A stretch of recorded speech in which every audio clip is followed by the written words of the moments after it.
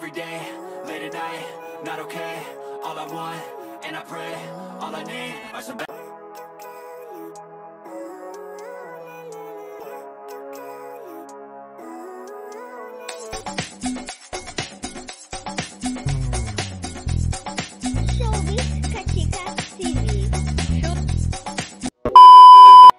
Hello mga kachika!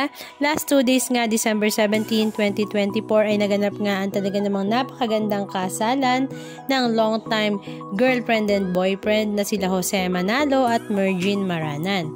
At ito nga ay ginanap sa Boracay.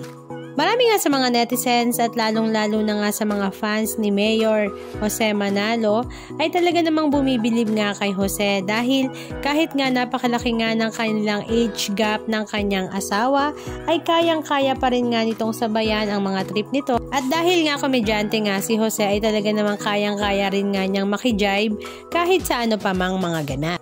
A night before nga ng kanilang wedding ay present na nga ang kanilang mga guests sa Boracay, lalong-lalo na nga ang full cast ng Eat Bulaga maging ng Soto Clan. Pre-dinner wedding pa nga lamang ay talaga namang punong-puno na nga daw ng tawanan, kantahan, kulitan, sayawan at kwentuhan ang ganap na ito.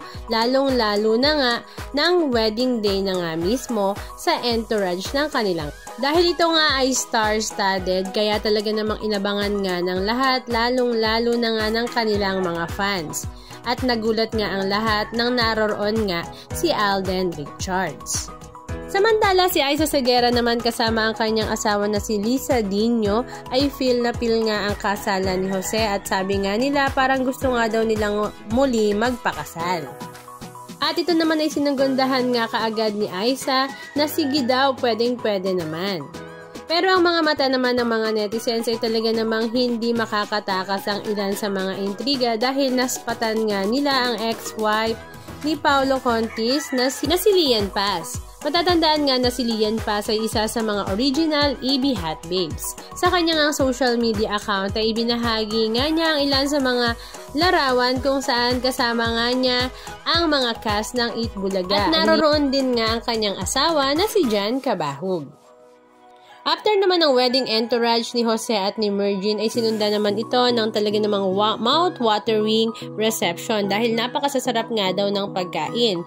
Pero dahil sa hindi inaasahang panahon ay medyo umulan nga ito kaya naging indoor na nga lang ang kanilang reception. Pero hindi pa rin nga nagpatinag at talagang napakasaya pa rin nga nila. Ginanap ang after party na talaga namang kinatuwaan nga ng lahat, lalong-lalo na nga ang newlywed couple. Hindi nga nagpatalo si Mergine sa kanyang pasabog na sayaw para kay Jose, pero ang kinaaliwan nga ng lahat ay ang performance ni Jose na talaga namang nakakatuwa at nakakatawa. Pero ang talaga namang ikinatuwa nga ng lahat ay ang unexpected beanie dance ni Aiza Seguera. Napakalambot pala ng katawan nito at talaga namang memorize nga niya ang dance step ng salamin-salamin. Talaga namang standing ovation at tuwang-tuwa nga ang lahat. Halika at panoorin natin ang ilan sa mga video clips ganap na kanilang ibinahagi.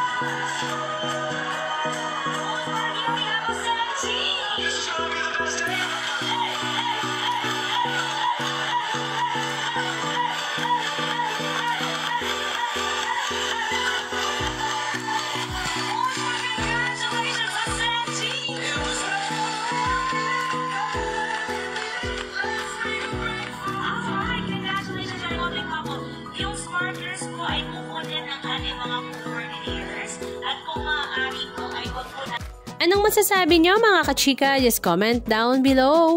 And please don't forget to subscribe. Thank you!